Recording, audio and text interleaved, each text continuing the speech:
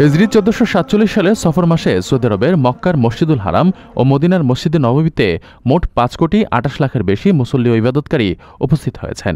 তবে মুহররম মাসে পবিত্র দুই মসজিদে আগত মুসল্লির সংখ্যা ছিল 6 কোটিরও বেশি।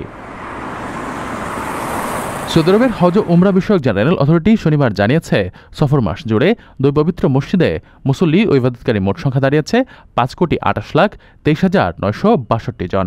এর মধ্যে মক্কার মসজিদুল হারামে নামাজ আদায় করেছেন 2,14,21,118 জন মুসল্লি। তাদের মধ্যে 21,104 জন হিজরে ইসমাইল বা আল শাতিম অংশে ইবাদত করেছেন। পুরো মাসে উমরা আদায়কারীর সংখ্যা ছিল 75,37,002 জন। অন্যদিকে মদিনার মসজিদে নববীতে নামাজ আদায় করেছেন 2,26,21,745 জন মুসল্লি।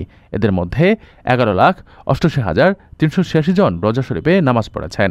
এছাড়া 20,04,608 জন প্রিয়নবী হযরত মুহাম্মদ সাল্লাল্লাহু আলাইহি ওয়াসাল্লাম ও তার দুই সাহাবীর রোজা শরীফে সালাম পেশ করেছেন।